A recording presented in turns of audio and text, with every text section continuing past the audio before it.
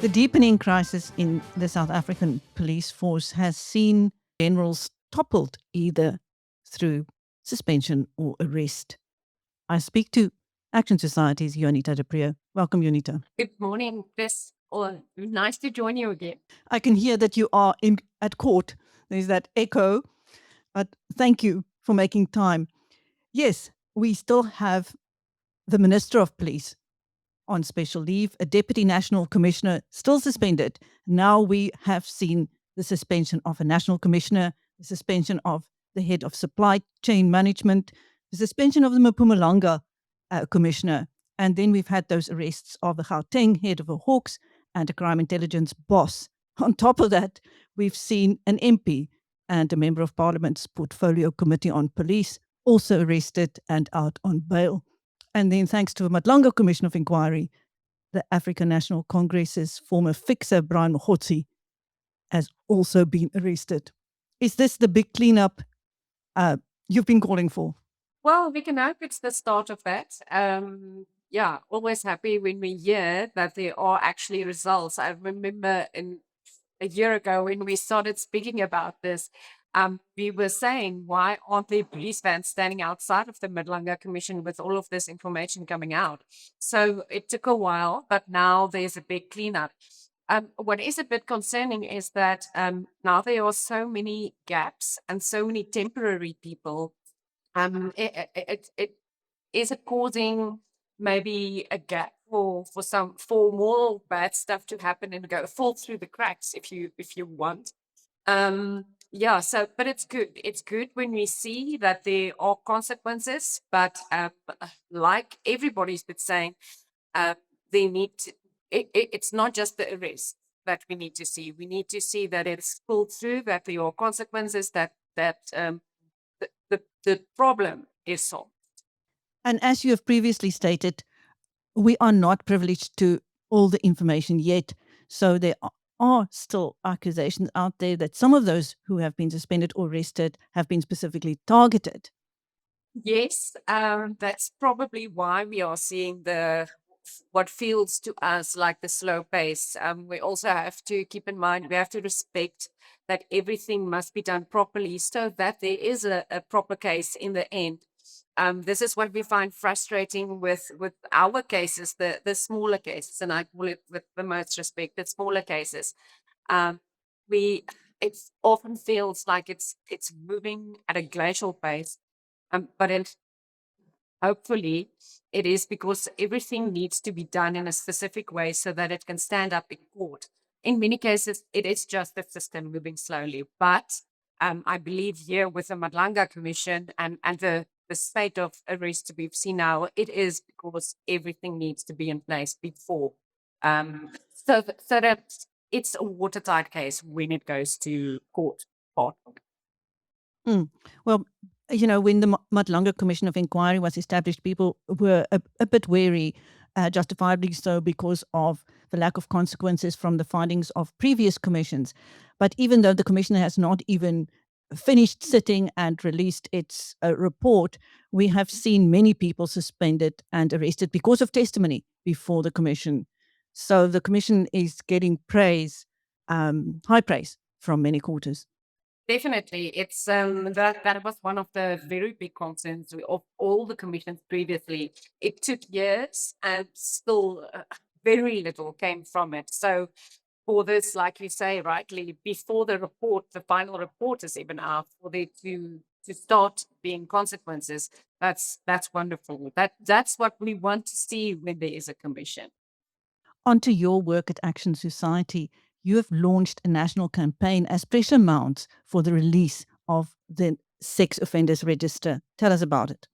Yes, we are excited about this because we've been fighting for the sex offenders register to be made public for a long time, since Action Society, its inception. And why we feel it is important is we need to know who is on that list so that we can make it safe around our areas. We do not, and another part is we don't know how up to date that list is, because nobody has insight in it. So we don't know if what happens in court, if it is said, put this person on the national register, that their name is in fact on that register. So we want the transparency, and we want the responsibility on ourselves to make sure that we keep our area safe. It's very important. So what we have asked now is that we've sent a PAIA application to all the relevant role players to ask. We want to know if it is up to date, what are the developments, because in February last year, the Minister Kubai, said it will be made public. And I've went and looked. They are still in the conversation in changing the law discussions part. So we're just gonna, if we go by that timeline, it's still gonna be a long time before we get access to that list. And there are also a lot of people concerned about how complete it is. And these are questions that has been asked in parliamentary committees, because there is a delay that was admitted, but we don't know how long the delay is and how many people. Is it 10,000 people that is not on the list for a year, and then they get a job at a school? It's irresponsible to have a register which is the only work of that list is to keep people safe and to not have it work. You've also launched a PAIA application into failed prosecutions of cases involving very young children. Yes, and that is so important because we've seen in some of the cases that we are involved with, even we started seeing that a case goes to a certain point. One of them was on the eve of the trial. It was postponed or not postponed. We don't know if it was postponed temporarily or if it was just thrown out. And the reason why is they say the child is too young to testify. And that's very concerning, because what is the message then that we are sending to predators? And I hate to say this, but it sounds like you're saying if the child is too young, you'll get away with it. We cannot have that in a country where sexual assault against children are the highest ranked crime against children. We cannot have something like that. So we asked for 5 years worth of information about cases where minors were involved, how it was handled, and then we also want to see what are the set procedures.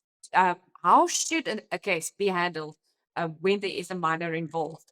Because we know there are ways for a minor's testimony to be proved or to be accepted into court. Forensic social workers, the role play with dolls, so on. It is unacceptable to say the child is too young. If the child is too traumatized, we understand, but then there must be a set date to follow up, because this is one of the other cases where we had. The girl was she was still very young, and they said when she's a bit older, when she's less traumatized, then we will pick it up. It took the mother to go and ask, when are you gonna, she's ready now, when are you gonna open it? And still, that case is just, they turn up, then this one is on leave, then the investigating officer doesn't give her information. It's just handled very poorly. And this is a child's life. This will influence and is already influencing her whole life going forward. If she sees that a bad guy who did bad stuff to me gets a punishment, then she can go on with her life. Without that, we're just throwing children to the wolves. Healthcare matters, but what matters most? Having cover for the people who keep this business going. Unitas is there for you when it counts. Unitas, medical aid for South Africa. Visit unitas.co.za and find your plan. Meanwhile, but you have revived a case, a child rape case that was closed years ago because the victim was then too young to testify. So that's back now. Yes, that's exactly the one that I was referring to. It's for the yeah, I'll rather not say their names just to protect them. Most little beautiful little girl. She is the 9 years old, 9 or 10 years old now. I can't remember if it was her birthday yet. Um, and the previous time they appeared last week. They were told they don't have to go. And they haven't had feedback on what happened. They don't even know when the new court date is.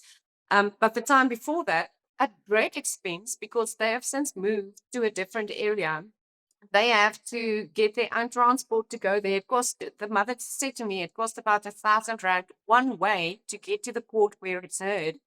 And when they got there, the magistrate, the prosecutor, and the defense was on leave. They were not informed even beforehand. They went all the way there to hear postponed to last week. How can a court, a criminal system be run like this? Is there not an opportunity there for a case like that to be moved to a private prosecution? We are trying everything to get it easier for the little girl. We have also asked if, or the mother has asked, can she not tune in? Oh, and she's also battling cancer, the mother, at the moment. So we have asked if she cannot maybe do it online, and they just said no to her. They are very after one of the letters we sent to the NPA, it was to the prosecutor, the senior prosecutor. He said he just replied and said, if the mother's got a problem, let her come and speak to me in person. That was the response. So it really doesn't. It feels hostile when you get an answer like that, and you're trying your best to just get justice for your daughter. And another concerning thing is that the accused has family members working in the police station where this case was opened. So it's like a family reunion when they meet up at court, it's very concerning. You are at court now. Which case are you pursuing? Yes, I was here the whole of last week, and it's continuing this week. It's the case of Charlene Pretorius. Was set alight in a car by her soon-to-be ex-husband. They were getting a divorce, and she was burnt, and she died after the burning. So it's 2023. Yes, the 3 years. It's almost to the day now that it happened, and it is. It is emotional. Her son, Jason Venter, was on the stand the whole of last week for his testimony and for cross. And it was a lot of, that's the frustrating part of court. They go into every single detail and want to argue about every little detail, there is a reason why they do that. What came out is, the discipline that was used in that house. Jason said he was disciplined with a fist throughout his years living in that house, and he couldn't wait to move out. As soon as he turned 18, he moved out. But his two younger sisters were still living there. In a stage, there was 13 people on the yard. That's where Jason and his now wife, they moved back for a short while, just while it was between contracts. But yeah, it was there was domestic abuse all the time. She got a protection order, and they were in the process of doing the divorce. In fact, they were speaking about the papers, something to sign, and that's when the incident happened. Of course, Stephan Pretorius, the accused, he denies everything. He even sits in court and like shakes his head all the time, and he's also disrespectful towards the people going through reliving all of that trauma. He laughed at Jason. He was reprimanded a couple of times in court, Stephan Pretorius, for speaking up and shaking his head and just being actually disruptive. And but I think there was another Jason's best friend at the time. He was also called and crossed, just confirming everything that Jason said. And today is the youngest sister on the stand. They're still arguing if media is allowed or not. So we don't have an update yet, but I think that will be interesting because this happened in front of her eyes. She's now 16 years old, and it must have been devastating. And for me, because I've walked with him this whole journey, it's not really nice to see how Jason, for example, must keep his emotions. You can see how hard he is trying to keep his emotions in check while reliving everything. My heart goes out to them, but we will not stand down from this case because it is so important. Well, thanks to Action Society, some cases are actually getting to court and being driven through court by your dedication. That was Juanita du Preez of Action Society, the national spokesperson, speaking to BizNews. I'm Chris Steyn. Thank you, Juanita.